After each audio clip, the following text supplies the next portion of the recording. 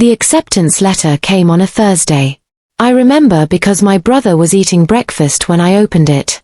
He didn't look up. My mother was standing by the sink. She saw my face. She knew what it was. She turned back to the dishes. That's when I realized something was very wrong. My name doesn't matter. What matters is this: I was the second child. The quiet one. The one who studied at the kitchen table while everyone else watched television. The one who never asked for much because asking had never worked. My brother, I'll call him Ryan, was 3 years older. Louder. Funnier. The one people noticed when he walked into a room.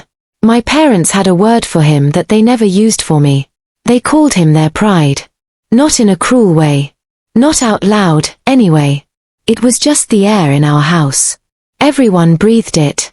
No one questioned it. I had worked for 4 years to get into a university in another city. Engineering. Full program. I had applied for a government scholarship that covered tuition and a monthly stipend. I had done everything right. Quietly, without making a fuss, without asking anyone to notice. The letter said I had been selected. That Thursday morning, I held it in my hands and waited for someone to ask what it was. No one did. The first strange thing happened 2 weeks later. I had filled out the scholarship acceptance forms and left them on the table to be signed. My father needed to co-sign one document, a simple formality, a guardian acknowledgement that I was enrolling. The forms stayed on the table for 3 days. I asked once. My father said he would get to it. I asked again. My mother said not to pressure him. The deadline was in 10 days. I told them this. My mother nodded. My father changed the subject. I told myself they were busy. My father worked long hours. My mother managed the house and Ryan's problems, and Ryan always had problems. A job that didn't work out. A loan he needed help with. A situation that required a family meeting, a closed door, voices I wasn't meant to hear. I was used to waiting. So I waited. Then I found something I wasn't supposed to find. Ryan had applied to a private vocational institute. The fees were significant, not enormous, but significant for our family. I knew this because I had seen the brochure on the coffee table and quietly calculated. It was more than my scholarship stipend for a year. I also knew that my father had recently taken money from a savings account. I knew this because I am the one who helped him set up online banking 2 years ago, and he had never changed the notification email. The alerts still came to my phone. I said nothing about this at the time. I didn't think it was connected. Then the deadline for my scholarship forms passed. My father said he had forgotten. My mother said it was an accident. Ryan said nothing. He was already enrolled in his institute. When I asked about reapplying, my mother said maybe it wasn't the right time. Maybe next year. Maybe I should look at something local. Something smaller. Something that didn't require me to move away. She said it gently. She always said things gently. But I understood what she meant. The scholarship was gone. The university place would go to someone else. My 4 years of preparation had been quietly, carefully, efficiently erased, not with cruelty, not with a confrontation, but with a missed signature and a forgotten deadline. And Ryan was starting his program in the fall. I sat with this for a long time. I thought about shouting. I thought about accusing. I thought about laying everything on the table and watching their faces. But I had lived in that house for 19 years. I knew how it worked. If I confronted them, my father would go quiet and distant for weeks. My mother would cry. Ryan would act confused, maybe even sympathetic, and everyone would end up comforting him. I would become the problem. The ungrateful one. The one who caused a scene over an accident. Nothing would change. Except that they would be more careful around me. So I stopped reacting. And I started watching. I started small. I didn't go through drawers. I didn't confront anyone. I just paid attention to things I had always been too polite to examine closely. The first thing I noticed was timing. My scholarship application had been submitted in January. The Guardian Acknowledgement form had arrived in March. The deadline was April 14th. Ryan's institute enrollment, I checked the brochure again, carefully this time, had an early registration discount that ended on April 10th. My father had not forgotten to sign my form. He had been waiting to see which direction the money would go. That was my first conclusion. I held it lightly. I told myself I could be wrong. Then I found the second thing. Our house has a small study, really just a shelf, a desk, and a filing cabinet that my father uses for documents. The cabinet is never locked. It never needed to be because none of us had ever had a reason to look inside. I had a reason now. I went through it one afternoon when the house was empty. I was not rushed. I was not angry. I was systematic. In the third drawer, behind a folder of old utility bills, I found a printout. It was an email. Printed and kept, which told me it had felt important to someone. It was from my father to Ryan, dated the 8th of April. 6 days before my scholarship deadline. The email was short. It said, "I spoke to your mother. We'll handle the fees. Don't worry about it. Just focus on getting registered before the discount expires." I read it twice. Then I took a photograph of it with my phone. I put it back exactly where I found it. I closed the drawer. I went to my room. I sat on the edge of my bed and looked at the photograph for a long time. This was not an accident. That was now clear. This had been a decision, quiet, practical, and made without me. My education had been assessed and compared against Ryan's, and a choice had been made. Not because I was less capable. Not because the scholarship wasn't real or valuable. But because Ryan needed money, and I was the one going somewhere else, and distance is easy to fund when someone isn't watching. I thought about the years of studying.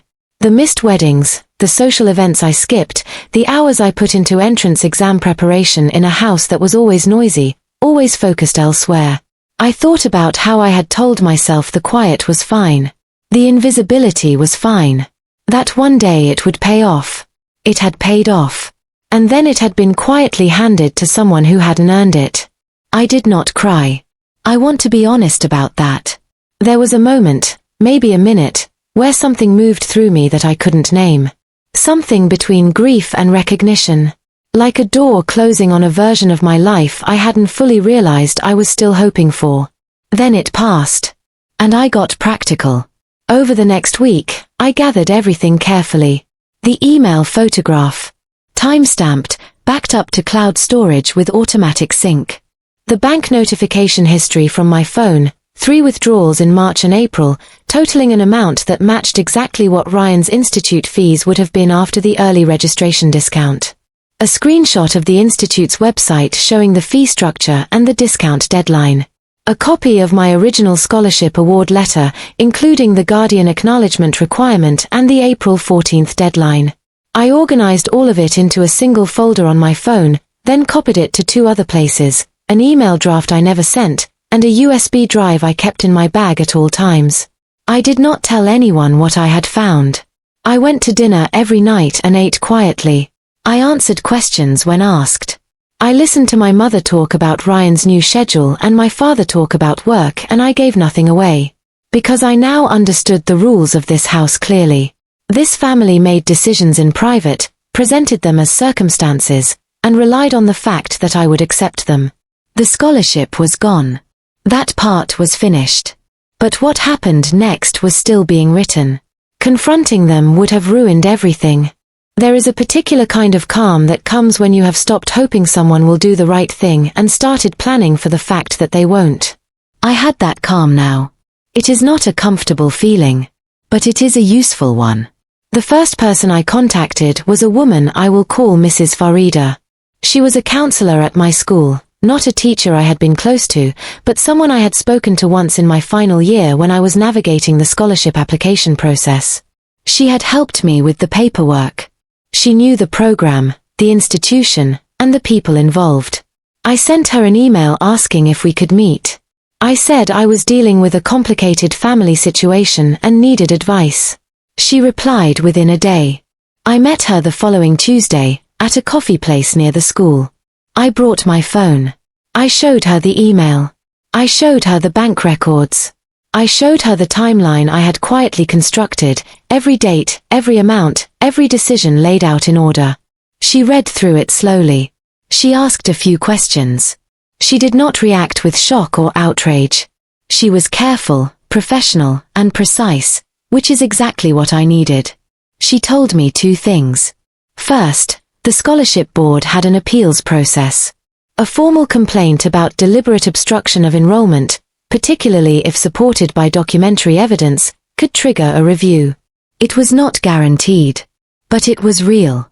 Second, what my family had done likely did not constitute a crime in the legal sense. But it might constitute a violation of my rights as a dependent student under specific welfare and education protection statutes, and if I was 18 or older, which I was, I had legal standing to act independently of my guardians in certain matters. She gave me the name of a legal aid organization that handled education-related disputes. She said she had worked with them before. She offered to make an introduction. I said yes. The legal consultation happened 4 days later. The advisor, a quiet man who took notes in a small green notebook, listened to everything I told him. He looked at the documents. He asked me specific questions about dates, amounts, and what had been communicated to me directly versus what I had inferred. I had answers to all of it. I had prepared. He said the appeal to the scholarship board was the right first step. He said that if the board found sufficient cause, and given the email and the financial records, he believed they would consider it seriously, they could issue a formal inquiry to my family. This would require my father to explain, in writing, why the form had not been signed before the deadline. He also told me something I hadn't considered. He said that if I chose to, I could pursue emancipation of financial records, a formal separation of my student status from my family's financial authority. It was a process. It took time. But once completed, it meant that no future scholarship, grant, or enrollment decision could be obstructed by a guardian's inaction. It meant I would never be in this position again. I told him I wanted to pursue both. He said we could begin immediately. I went home that evening and made dinner. My mother asked how my day was. I said fine. Ryan was in a good mood. He had started his program. He talked about his new classmates, the instructor he liked, the part of the city near his institute where he was thinking of renting a room.